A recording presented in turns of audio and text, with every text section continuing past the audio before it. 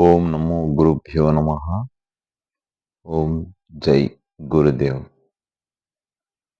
ఓం శుక్లాంబరధరం విష్ణుం శశివర్ణం చతుర్భుజం ప్రసన్నవదనం ధ్యాయే సర్వవిఘ్నోపశాంతయే. అగజానన ఆనన పద్మార్కం గజానన మహర్నిశం అనేకదంతం భక్తానం ఏకదంతం పాస్మహే. ఓం భూర్భుస్వః తత్సవితుర్వరేణ్యం భర్గో దేవస్య ధీమహి ధియో యో నః ప్రచోదయాత్.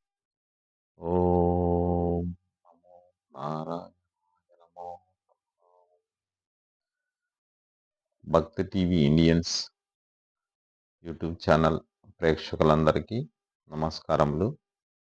ఈరోజు నరసింహ శతకంలోని 5వ శ్లోకాన్ని మీ ముందుకు తీసుకువస్తున్నాను. గతంలో చాలా బాగా ఆదరించారు, ఆశీర్వదించారు. ఛానల్ని బాగా చూశారు చాలామంది. కొత్తగా సబ్స్క్రైబర్స్ కూడా చాలామంది వచ్చారు. వారందరికీ కూడా పేరు పేరున ధన్యవాదములు.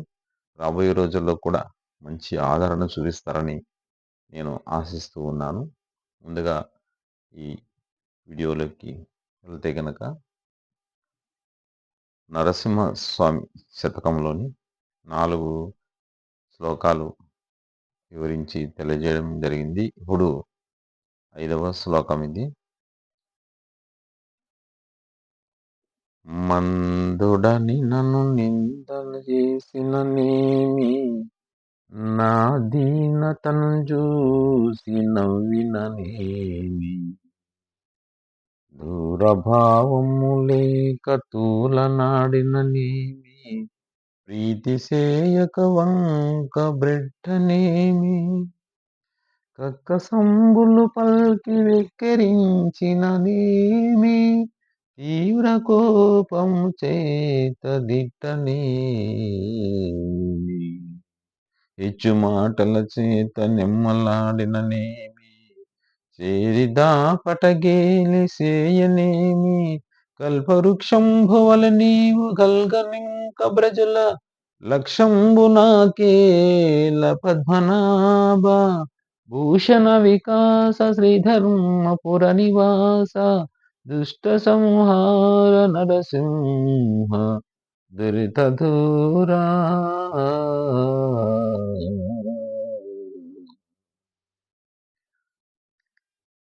చాలా చక్కగా కవి శేషప్ప గారు రాశారు. ఈ శ్లోకంలోని చాలా నిగూఢమైనటువంటి అర్థం ఉంది. ఇందులో భావాలని గమనించండి, భావాలని అర్థాలను చేయండి, దోషాలను గమనించండి. అదేవిధంగా ఇందులో కొంతవరకైనా మార్పు వస్తారనే ఉద్దేశంతోనే ఈ వీడియోలు చేస్తూ ఉన్నాను. ఈ పద్యంలోని భావాలను మనం గమనించినట్లయితే గనక, మందుడని నన్ను నింద చేసిననేమి. మందుడంటే బుద్ధిహీనుడు. బుద్ధిహీనుడని నన్ను నింద చేసినా కానీ, నన్ను నిష్ఠూరం చేసినా కానీ, నా దీనతనను చూసి నవ్విననే. నేను మందుడని, బుద్ధిహీనుడే, నా దీనతను చూసి నవ్విననేమి అంటే నా దీనత్వం, నా చేతగానితనం చూసి నవ్విననేమి, దూరభావము లేక తోలనాడిననేమి, నన్ను తిట్టినానేమి, ప్రీతి చేయక వంక బ్రెట్టిననేమి, ప్రేమ చూపించక ద్వేషించననేమి అని ఇందులో భావం. కకసమ్ములు పల్కి వెక్కిరించిననేమి అంటే హేళన చేసినవి, నన్ను తిట్టిననేమి, హేళన చేసిననేమి, వెక్కిరిస్తాడు కొంతమంది మనుషులను చూసి. కొంతమంది అదో తరంగా భావిస్తూ ఉంటారు. తీవ్ర కోపము చేత తిట్టనేమి, వాళ్ళకి కోపం వచ్చి నన్ను బాగా తిట్టినా నాకేం ఇబ్బంది ఏం లేదు. హెచ్చు మాటల చేత నిమ్మలాడిననేమి, చేరిదా పటగేలి సేయనేమి, కల్పవృక్షంభువలె గల్గనింక ప్రజలనే ప్రజల లక్షంబు నాకేల పద్మనాభ. స్వామి, ఓ నరసింహ స్వామి, మందుడని నన్ను నిందించిననేమి, నన్ని ఎవరు ఏమనుకున్నా పర్వాలేదు, గేలి చేయని, హేళన చేయని, నిందించని, తిట్టినను, కొట్టిననేమి, ఎవరు ఈ ప్రపంచంలో ఎవరు ఏమి చేసినా నాకేమి పర్వాలేదు.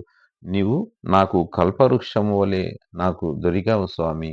అదే చాలు నాకు 10,000 అని ఆ కవి శేషప్ప గారు లక్ష్మీ నరసింహస్వామి వేడుకుంటూ ఆ ఈ విధంగా రాశారనమాట.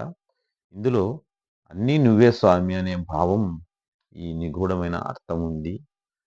భూషణ వికాస శ్రీధర్మపుర నివాస దుష్ట సంహార నరసింహ దురిత దూరా. ప్రపంచంలో ఎవరు ఏమన్నా కానీ, ఎవరు తిట్టినా కానీ, ఎవరు కొట్టినా కానీ, ఎవరు తోలనాడినా కానీ, ఎవరు హేళన చేసినా కానీ, సజ్జనుడు మాత్రం ఏమాత్రం తొణికిసలాడకుండా, ఏమాత్రం చలించకుండా, ఏమాత్రం కోపపడకుండా ఉంటాడు. వాడి సజ్జనుడు. మంచి మనసు ఉంటాది.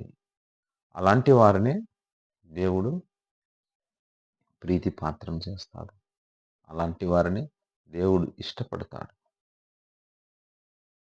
ఇంకా ఒకటి, అలాంటి వారిపైనే దేవుడు దృష్టి పెడతాడు. కష్టాలను చూపిస్తా అంటాడు. వీడు తట్టుకుంటాడా లేదా, వీడు ఓర్చుకుంటాడా లేదా.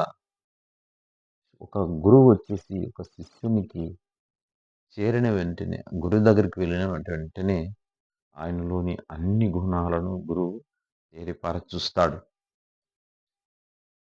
శాంతి, ధర్మ, ప్రేమ, అహింస, దయ, ఇవన్నీ ఉన్నాయా లేదా, ఒక్కోటి టెస్ట్ పెడతాడనమాట. పరీక్షలు పెడతాడు. దేవుడే ఆ రూపంలో వచ్చి నీకు పరీక్ష పెడతాడు. ఆ పరీక్షలలో నువ్వు నెగ్గినావంటే ఆ దేవునికి, ఓహో, ఈ వ్యక్తి, ఈ మనిషి నాకు తగిన శిష్యుడే అని చెప్పేసి దేవుడు గుర్తిస్తాడు. అప్పుడు నీకు ఒక మంచి స్థానం ఇస్తాడు. మంచి వాక్ ఇస్తాడు. మంచి ఆరోగ్యం ఇస్తాడు. అన్ని రకాలుగా ఆదుకుంటాడు. ప్రహ్లాదుడు లక్ష్మీ నరసింహస్వామికి అన్ని రకాల పరీక్షలు పెట్టాడు. అన్ని రకాల ఇది చేస్తాడు. కానీ ఆయనకు ఎటువంటి స్థానం ఉంటుంది? చాలా మంచి స్థానం ఉంటుంది. ప్రహ్లాదునికి నా నా నా కుమారునిగా, నా శిష్యునిగా నా పక్కనే ఉండాలని చెప్పేసి నరసింహస్వామి ఎక్కడైతే ఉంటాడో పక్కనే ప్రహ్లాదు కూడా ఉంటాడు. అటువంటి శిష్యునికి మంచి గుర్తింపు వస్తుంది. అందుకే ఈ కవి శేషప్ప గారు కూడా మందుడనునని నింద చేసిననేమి, నా దీనతనం చూసి నవ్విననేమి, క్రూరభావము లేక తూలనాడిననేమి, ప్రీతి సేయక వంక బెట్టనేమి, కక్కసంబులు పల్కి వెక్కిరించిననేమి, తీవ్ర కోపము చేత దిట్టనేమి, హెచ్చు మాటలతోడ నిమ్మలాడిననేమి, చేరిదాపటగేలి సేయనేమి, కల్పవృక్షంబు వలెనే కల్కి నింక ప్రజల లక్ష్యంబు నాకేల పద్మనాభ, భూషణ వికాస శ్రీధర్మపుర నివాస, దుష్ట సంహార నరసింహ దురిత దూర.